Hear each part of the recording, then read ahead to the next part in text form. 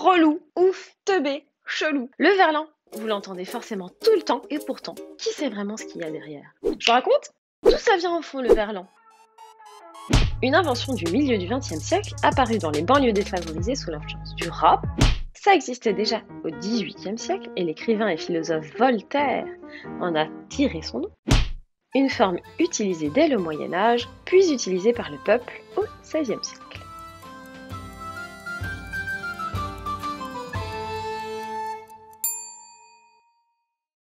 En réalité, le verlan existait déjà au Moyen-Âge, mais il s'est beaucoup développé à partir de la Seconde Guerre mondiale. Il s'est développé parce que c'était un langage codé qui permettait de ne pas être compris par les ennemis. Puis ça s'est répandu, en effet, aux banlieues parisiennes et ensuite à toutes les couches sociales et à toute la population. Et le plus rigolo, c'est que l'écrivain Voltaire, qui s'appelle en réalité François-Marie Arouet, s'est baptisé Voltaire lui-même par du verlan, parce qu'il est originaire de la ville d'Hervaux, située dans les Deux-Sèvres. Voltaire, Tervaux. Mais alors ça veut dire quoi, verlan? C'est l'inversion des syllabes l'envers, l'envers, verlan. Cela vient d'une expression arabe qui veut dire autrement. Cela fait référence à la ville où cette pratique s'est répandue en premier au XVIe siècle.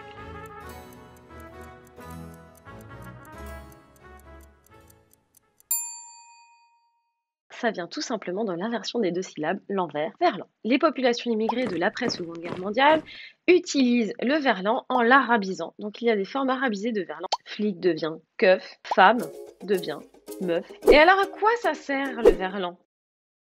À marquer son esprit de rébellion, à ne pas être compris des ennemis, c'est un langage codé, à faire cool parce que les rappeurs l'utilisent.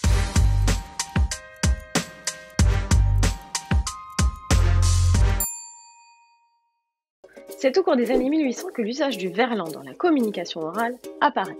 Le verlan est en particulier très utilisé dans le milieu carcéral, évidemment pour moins se faire comprendre. Donc on a ce côté langage cryptique. Et ensuite, très développé pendant la Seconde Guerre mondiale comme langage codé pour tromper les Allemands. C'est seulement ensuite que cet usage se répand très fortement chez les fameux blousons noirs qui sont des rebelles fans de rock. Et donc c'est là où on voit le côté rebelle du verlan. Et à partir des années 2000, tout le monde se met à l'utiliser énormément.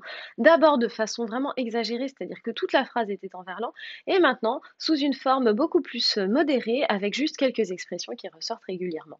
À votre tour maintenant de traduire cette phrase, vous allez voir, c'est pas si facile. J'avais la belle-sœur qui faisait fait des guevas.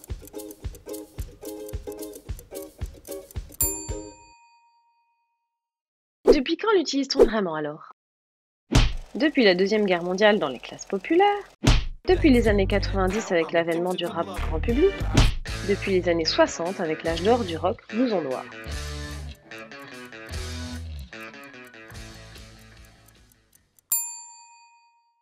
C'est à partir de la Seconde Guerre mondiale que le verlan est utilisé dans toutes les classes de la société. L'âge d'or de ce langage, c'est vraiment dans les années 90 avec l'avènement de la culture hip-hop et du rap français. Dans les années 90, c'est un langage qui est très adopté notamment par la scène hip-hop et rap, comme NTM par exemple, Poète de la rue et bien d'autres. Et c'est seulement à partir de 2004 que le verlan est adopté vraiment par toutes les couches de la société. Et à partir de 2015-2017, le verlan est quand même beaucoup moins utilisé, c'est-à-dire uniquement avec quelques expressions qu'on utilise de temps en temps. Vous allez me traduire les expressions suivantes en verlan. Laisse tomber, laisse béton, maestro, stromae, un arabe, rebeu. Parce que d'abord, ça fait arabe, beurre, beurre, rebeu. Il y a deux verlans. Un moustique, un stick mou.